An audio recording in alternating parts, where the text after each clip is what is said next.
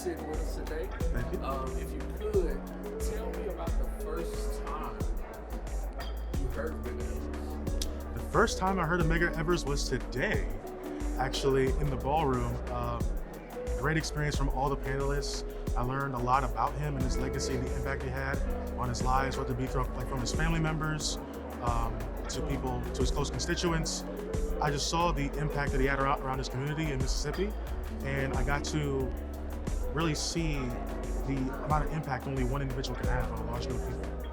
Now, in your family, did individuals speak about the civil rights movement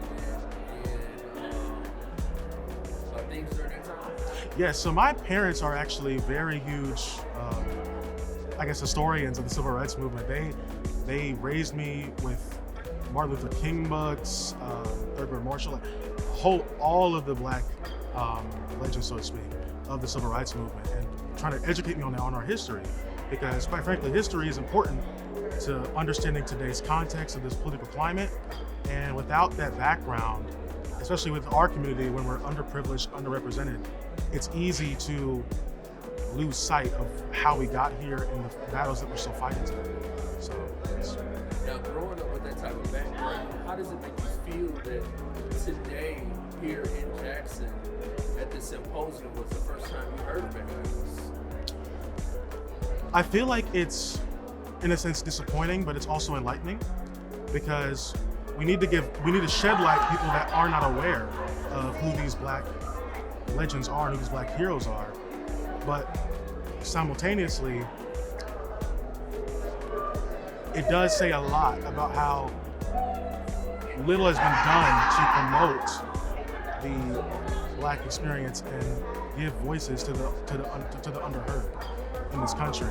And so I am grateful that I first heard of him for the first time today, but simultaneously we have a lot more work to be done to ensure people are aware of the context of the history and understanding why this matters. So, now lastly, seeing what some of the civil rights leaders, including Medgar Evers, did at such a young age, how do you think young people play a role in the civil rights of 2025? I think young people play a huge role in civil rights today. I feel like we are the future, we are the next generation, and we have a lot to say, and we are going to have loud voices. We're not being quiet, we're not being passive, and we need to have that spirit. We need to carry on the poise and the attitude of our predecessors. And they were not quiet at all. They weren't passive. They weren't quiet. They were bold and outspoken and loud about the things they're passionate about. And we need to carry on the same mentality, quite frankly. And I feel like we have lots of young leaders that are very well educated, that are well articulated, and have a good basis of understanding about the issues that we're facing today. And so I don't believe necessarily there should be the age gap between our governing politicians and the rest of our age group should be a reason to dismiss us on that basis. We have every right and every reason to let our voices be heard in this community. So, yes. Thank you, Kevin. Thank you.